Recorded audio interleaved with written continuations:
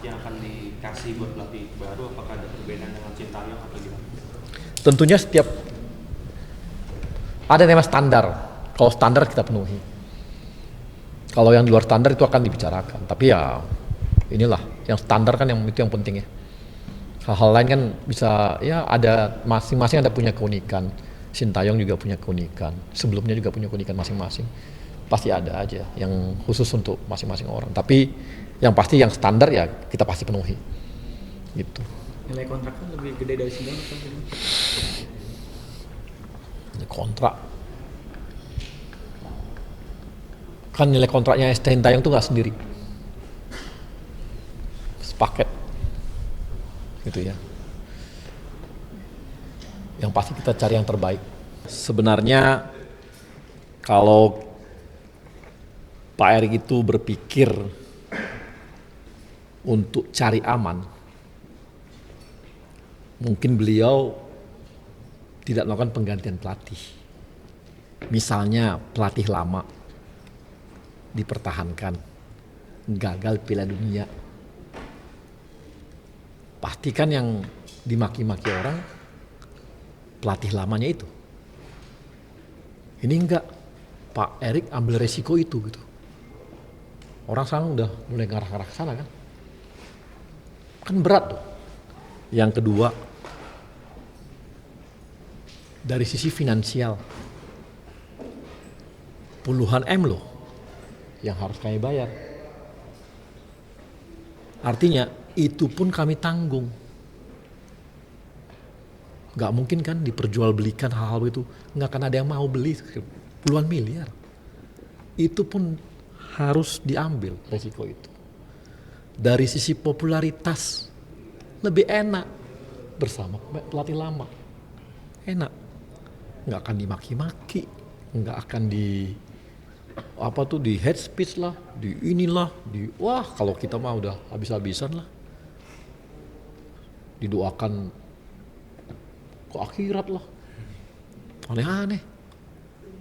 Jadi kalau mau main aman, ya pertahankan, tapi ada hal besar yang harus diambil, dan itu untuk merah putih, itu satu. Yang kedua, ya begini-begini kita kan tahu ya bahwa kami nggak pernah, atau bukan nggak pernah sih, mudah-mudahan selama periode Pak Erik ini semua langkah-langkah belum ada yang negatif.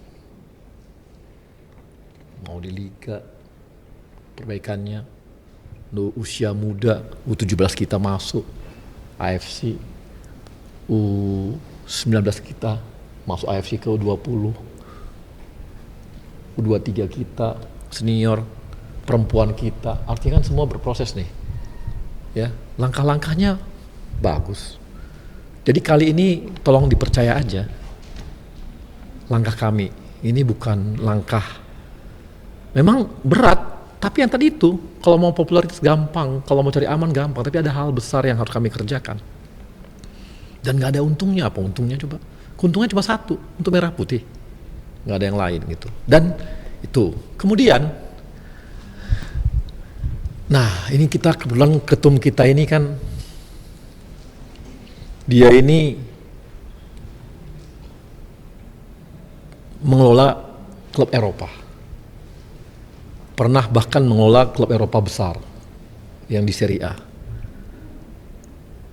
Pemain-pemain diaspora kita itu cara berpikirnya kan cara berpikir Eropa, melihat tim pun secara Eropa, ya. Jadi agak beda memang dengan cara kita lah ya, yang selalu berpikir head coach gitu. Beda ini. Coba lihat, kenapa di Eropa itu disebut misalnya pelatih itu manajer? Kenapa bisa disebut, ada ternyata pelatih technicalnya? Itu di Eropa terjadi. Jadi harus ada leadership di sana. Maka dicarilah pelatih yang punya leadership, yang pemain diaspora kita itu sangat hormat.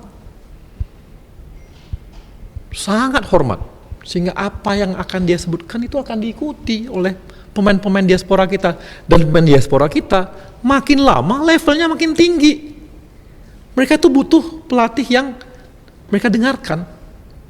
Ya itu konsekuensi kita pengambil pemain diaspora. Yang makin lama level makin tinggi. Bukan lagi yang standar, makin lama makin tinggi nih. Jadi butuh yang namanya pemimpin, pelatih. Nah, didampingi oleh asisten pelatih yang kuat secara teknikal. Ini pun sudah dicari oleh Pak Erik.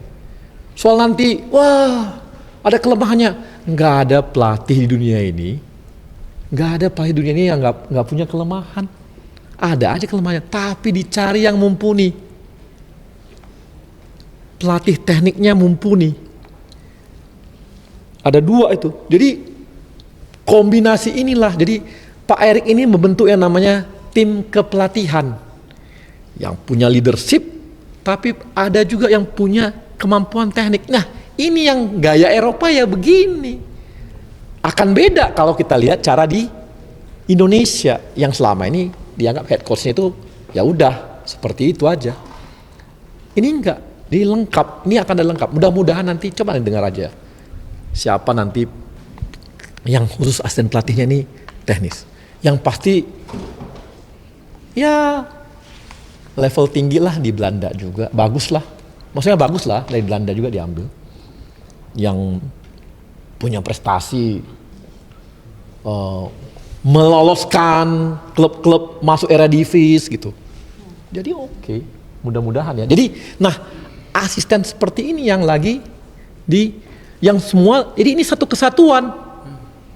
Satu dihargai, satu punya kemampuan teknis juga, yang lain dan sebagainya. Dengan seluruh tim yang lengkap, itulah yang diusahakan untuk membuat lengkap tim pelatihnya. Jadi ini agak berbeda memang. Pak Erik ini agak berbeda. Jadi cara berpikir beliau lah cara berpikir bagaimana mengelola tim sebuah klub, tim di Eropa, karena pemain diaspora kita makin lama, makin level tingginya makin tinggi gitu levelnya.